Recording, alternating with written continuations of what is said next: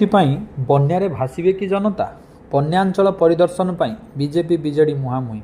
ପ୍ରାକୃତିକ ବିପର୍ଯ୍ୟୟ ସମୟରେ ଦଳର ରଙ୍ଗ ଦେଖାଯିବା ଉଚିତ କି? ସୁଜାତା ପ୍ରମିଳା ଅଛୁଆଁ ନା ହୀନ ରାଜନୀତି? ନିମନ୍ତ୍ରଣ କରି ଅପମାନ କଲେ ରାଜ୍ୟ ସରକାର।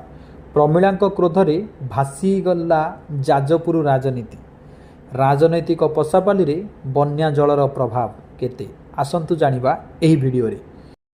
ଓଡ଼ିଶାର ଯାଜପୁରରେ ବନ୍ୟା ପାଣି ଲୋକଙ୍କ ଘରଦ୍ୱାର, ରାସ୍ତାଘାଟ ଓ ଜୀବନ ଜୀବିକାକୁ ପ୍ରଭାବିତ କରୁଥିବା ସମୟରେ ମୁଖ୍ୟମନ୍ତ୍ରୀ ମୋହନ ଚରଣ ମାଝୀ ବନ୍ୟା ପ୍ରଭାବିତ ଅଞ୍ଚଳକୁ ଯାଇଥିଲେ। କିନ୍ତୁ ଏହି ଗସ୍ତ ବେଳେ କେବଳ ବନ୍ୟା ପରିଦର୍ଶନ ହୋଇନଥିଲା। ଏହାକୁ ନେଇ ଓଡ଼ିଶା ରାଜନୀତିରେ ଉଠିଛି ବଡ଼ ପ୍ରଶ୍ନ। ସ୍ଥାନୀୟ ବିଜେଡି ବିଧାୟକମାନେ ମୁଖ୍ୟମନ୍ତ୍ରୀଙ୍କ ସହ ବନ୍ୟା ଅଞ୍ଚଳ ପରିଦର୍ଶନ କରିବାକୁ ଚାହିଁଥିଲେ, କିନ୍ତୁ ଅଭିଯୋଗ ହେଲା ସେମାନଙ୍କୁ ସାଙ୍ଗରେ ଯିବାକୁ ଦିଆଗଲା ନାହିଁ। ତାପରେ ଆରମ୍ଭ ହେଲା ବିବାଦ। କିନ୍ତୁ ପ୍ରକୃତ ଘଟଣା କ'ଣ? କାହିଁକି ବିଜେଡି ବିଧାୟକମାନେ ମୁଖ୍ୟମନ୍ତ୍ରୀଙ୍କ ଡଙ୍ଗାରେ ଯାଇପାରିଲେ ନାହିଁ? ଏହା କ'ଣ ରାଜନୈତିକ ଅସମ୍ମାନ, ନା ଏହା ପଛରେ ଥିଲା ସୁରକ୍ଷା ସମ୍ବନ୍ଧୀୟ କାରଣ? ଆଜିର ଏହି କାହାଣୀରେ ଆମେ ଜାଣିବା ସମ୍ପୂର୍ଣ୍ଣ ଘଟଣା। ଘଟଣାସ୍ଥଳ ଥିଲା ଯାଜପୁର ଜିଲ୍ଲାର ଦଶରଥପୁର ଅଞ୍ଚଳ। ବନ୍ୟା ପାଣିରେ ଅନେକ ଅଞ୍ଚଳ ଜଳମଗ୍ନ ହୋଇଥିଲା। ଲୋକଙ୍କ ଘର ଭିତରେ ପାଣି। କେଉଁଠି ରାସ୍ତା ଦେଖାଯାଉନଥିଲା ତ କେଉଁଠି ଲୋକଙ୍କ ଡଙ୍ଗା ଉପରେ ନିର୍ଭର କରୁଥିଲେ।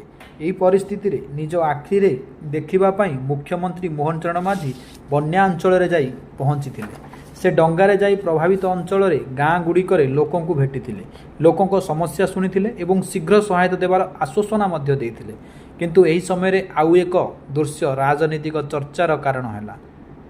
ଯାଜପୁର ବିଧାୟିକା ସୁଜାତା ସାହୁ ଏବଂ ବିଞ୍ଝାରପୁର ବିଧାୟିକା ପ୍ରମିଳା ମଲ୍ଲିକ ମୁଖ୍ୟମନ୍ତ୍ରୀଙ୍କ ସହ ବନ୍ୟା ପରିଦର୍ଶନ ଯିବାକୁ ଚାହୁଁଥିଲେ। ସୁଜାତା ସାହୁ କହିବା ଅନୁସାରେ ଯାଜପୁର ଜିଲ୍ଲାପାଳ ତାଙ୍କୁ ପୂର୍ବରୁ ଡାକିଥିଲେ ଏବଂ ମୁଖ୍ୟମନ୍ତ୍ରୀଙ୍କ ସହ ଯିବାକୁ କହିଥିଲେ।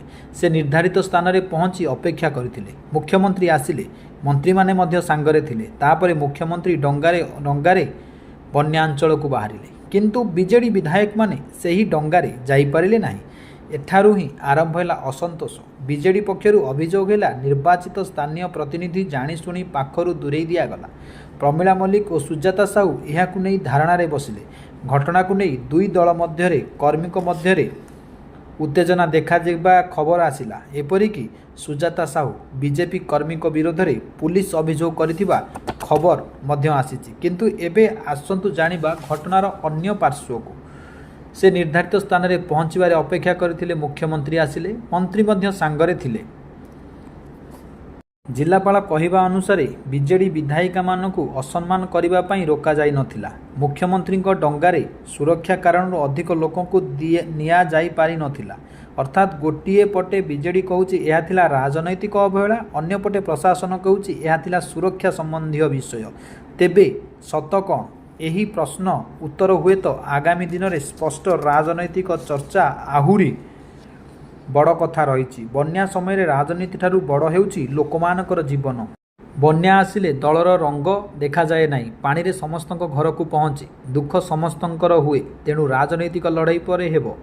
ପ୍ରଥମେ ବଞ୍ଚାଇବାକୁ ପଡ଼ିବ ମଣିଷକୁ, ପ୍ରଥମେ ପହଞ୍ଚିବାକୁ ପଡ଼ିବ ଖାଦ୍ୟ, ପ୍ରଥମେ ପହଞ୍ଚାଇବାକୁ ପଡ଼ିବ ଔଷଧ, ପ୍ରଥମେ ସୁରକ୍ଷିତ କରିବାକୁ ପଡ଼ିବ ବନ୍ୟା ପୀଡ଼ିତ ପରିବାରକୁ।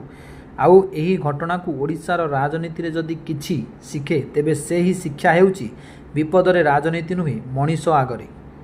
ଏବେ ପ୍ରଶ୍ନ ଆପଣଙ୍କ ପାଇଁ। ଆପଣଙ୍କ ମତରେ ବିଜେଡି ବିଧାୟକମାନଙ୍କୁ ମୁଖ୍ୟମନ୍ତ୍ରୀଙ୍କ ସହ ଯିବାକୁ ଅନୁମତି ଦିଆଯିବା ଉଚିତ ଥିଲା କି, ନା ସୁରକ୍ଷା କାରଣରୁ ପ୍ରଶାସନ ନିଷ୍ପତ୍ତି ଠିକ୍ ଥିଲା?